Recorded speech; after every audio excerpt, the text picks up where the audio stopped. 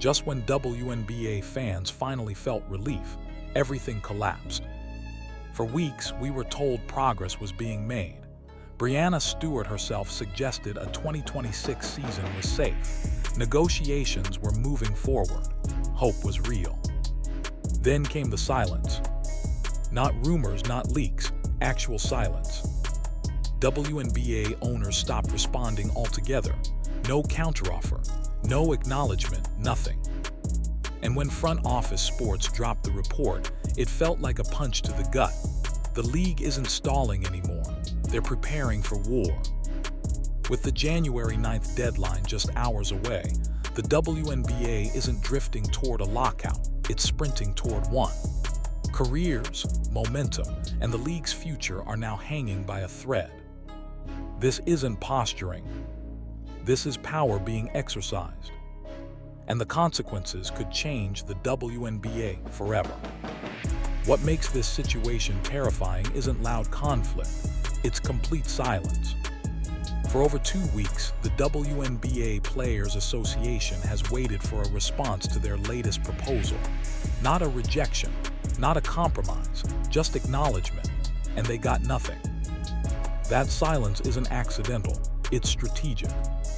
With less than 48 hours before the January 9th deadline, owners are sending a clear message. We're done talking.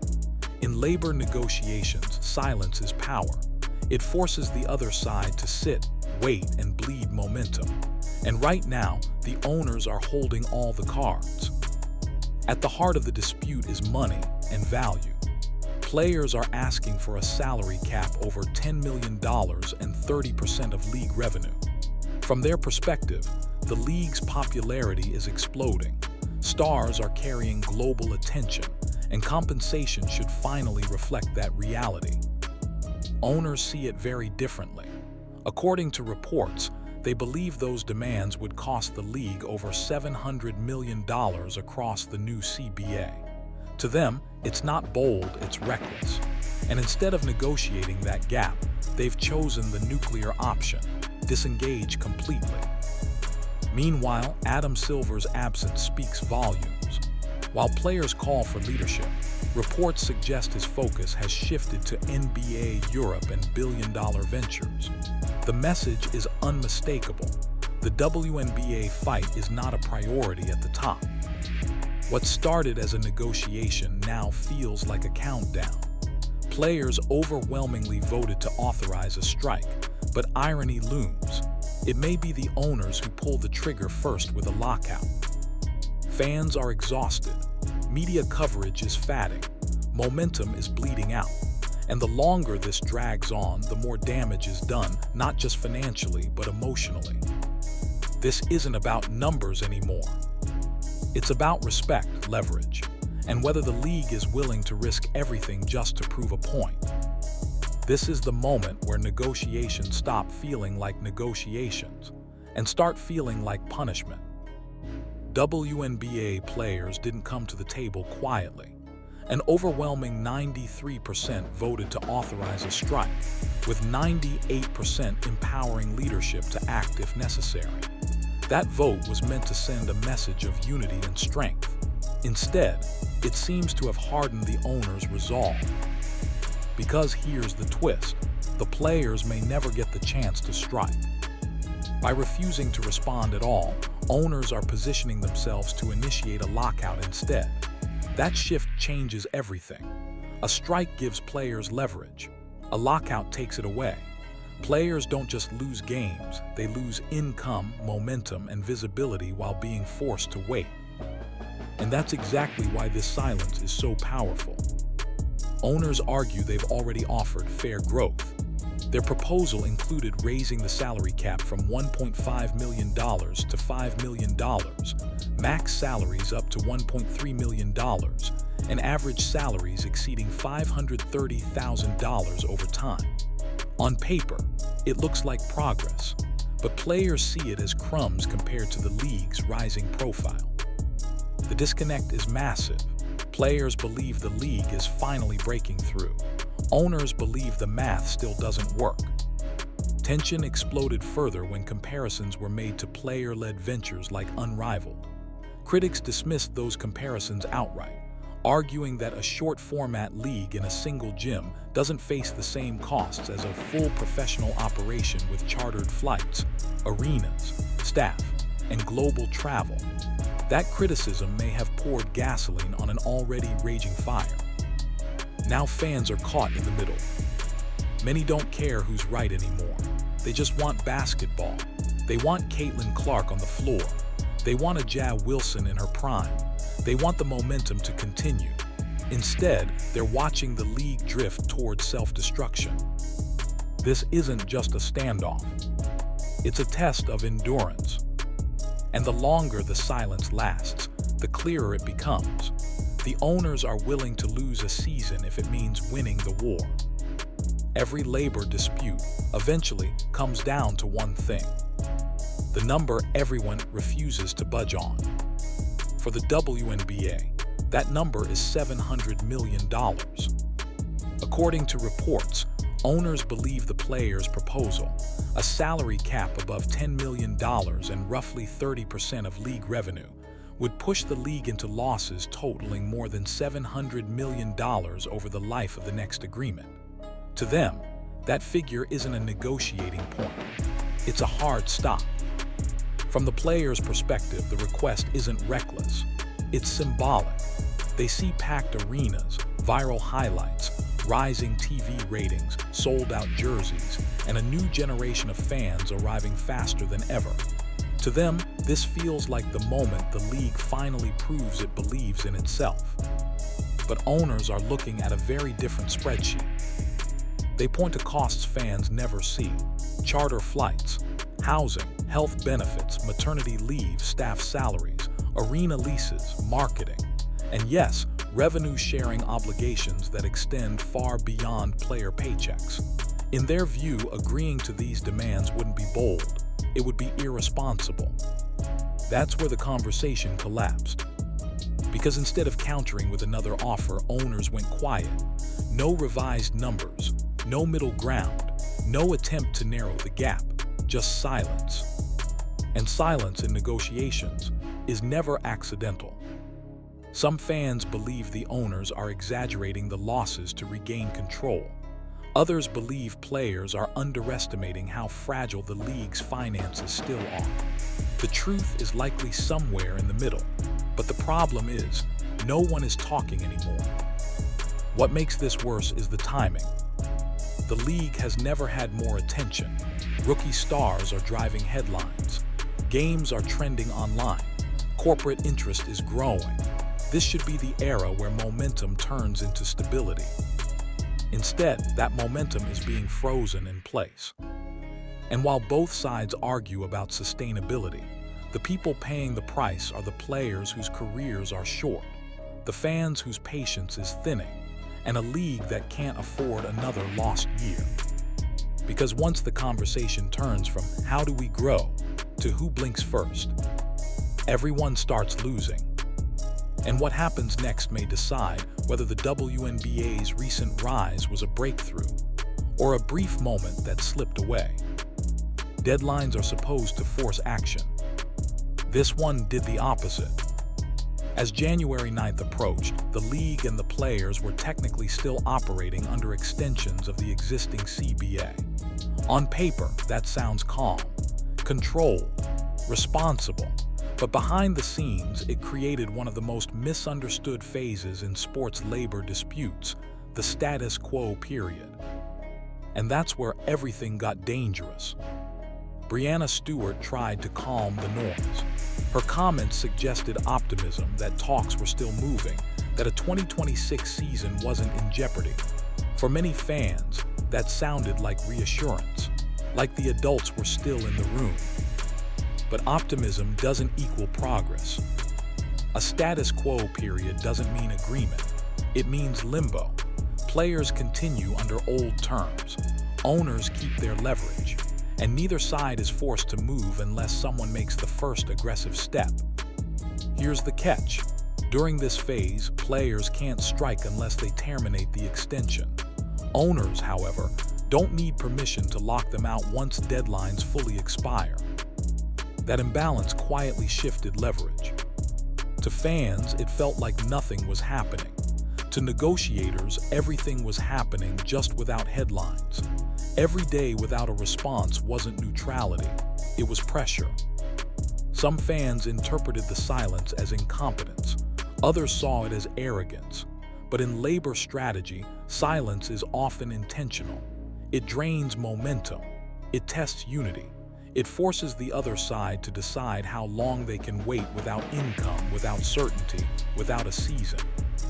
That's why the lack of urgency felt so unsettling. The league didn't declare a lockout.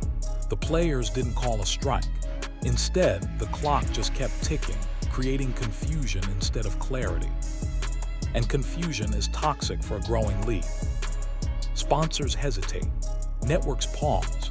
Fans lose trust. Players are left planning their lives without knowing whether their primary job will exist in a few months. This wasn't a dramatic collapse. It was something quieter and more dangerous. A standoff where no one officially pulled the plug, but everyone could feel the power shifting behind closed doors. And as the deadline passed without resolution, one thing became clear. This wasn't about rushing a deal anymore. It was about who could afford to wait longer.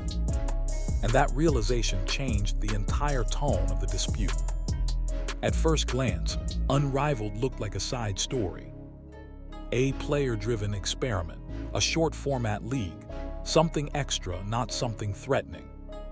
But during negotiations, timing matters more than intent. As Unrivaled launched, owners didn't just see innovation, they saw an alternative. Not a replacement for the WNBA, but a pressure release valve for players. A place where stars could still earn, stay visible, and control their image if talks dragged on. And that changed the math. From the players' perspective, Unrivaled represented leverage. Proof they could create value outside the traditional system. Proof their names, not just the league logo, could draw attention. From the owner's perspective, it sent a different message. If players had somewhere else to play, even temporarily, the urgency to close a deal softened. The fear of total silence disappeared. And when urgency drops, patience becomes power. That's where perception became reality. Some owners reportedly questioned whether players truly felt the financial pressure of a delayed season anymore. Others wondered if outside ventures weakened the argument that WNBA income alone needed dramatic restructuring right now. None of this means Unrivaled caused the standoff, but it changed the emotional temperature of the room. Instead of negotiations driven by mutual risk, talks began to feel asymmetric. Owners could wait, players could still hoop, and when both sides believe the other will blink first, compromise slows to a crawl. Fans didn't see it that way. Online, many celebrated Unrivaled as empowerment. Players owning their labor, creating something new, taking control. But negotiations aren't won on symbolism, they're won on leverage. And leverage shifted quietly. That's why the silence felt louder after Unrivaled tipped off. The league no longer felt boxed into a corner. The threat of an immediate shutdown lost some sting. This wasn't punishment. It was strategy. Owners didn't need to attack Unrivaled publicly. They just needed to wait. Let the novelty run. Let the numbers settle. Let reality reassert itself. And as that happened, the bargaining table grew colder. Because once one side believes time is on their side, urgency disappears. And without urgency, progress becomes optional. But fans weren't watching negotiations. They were watching narratives. And those narratives were about to explode. What happened next didn't unfold in boardrooms. It happened online. As negotiations stalled, the media vacuum filled instantly. Hot takes replaced facts. Clips without context went viral. And suddenly, the conversation wasn't about contracts anymore. It was about blame. Some outlets framed the situation as greedy players. Others painted owners as villains killing momentum. Very few slowed down enough to explain the business reality sitting underneath both sides. And fans noticed. On social media, emotions took over. Every post became a referendum on loyalty. If you supported the players, you were accused of ignoring financial reality. If you questioned the demands, you were labeled anti-progress. There was no middle ground. What got lost was the nuance. Negotiations are rarely clean. They're slow, tense, and full of positioning. Silence doesn't always mean hostility, and headlines don't always reflect what's actually happening behind closed doors. But algorithms don't reward nuance. Extreme opinions traveled faster. Angry clips got more engagement.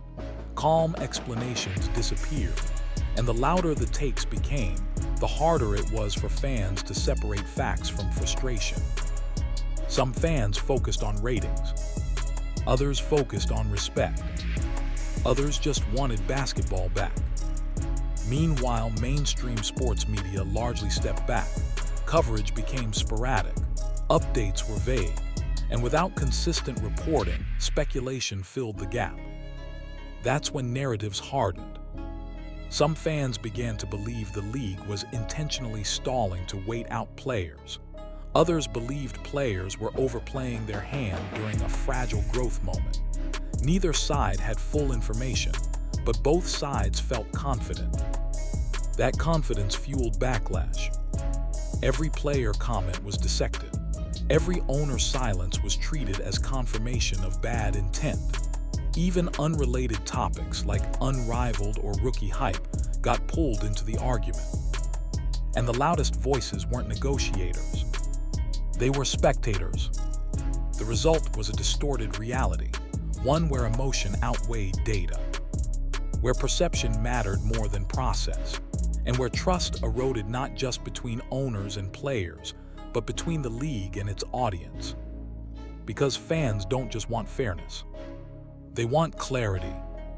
And in the absence of it, frustration grows faster than understanding. Which brings us to the real question nobody wants to answer. Here's the uncomfortable truth.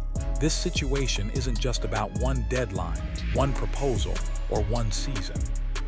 It's about momentum. The WNBA has spent years fighting for relevance, visibility, and respect. Recently, it finally felt like things were aligning. Rising ratings, new stars, louder conversations, real cultural attention. But moments like this are fragile, and prolonged uncertainty has a cost that doesn't always show up on balance sheets. If this standoff drags on, the damage won't be immediate.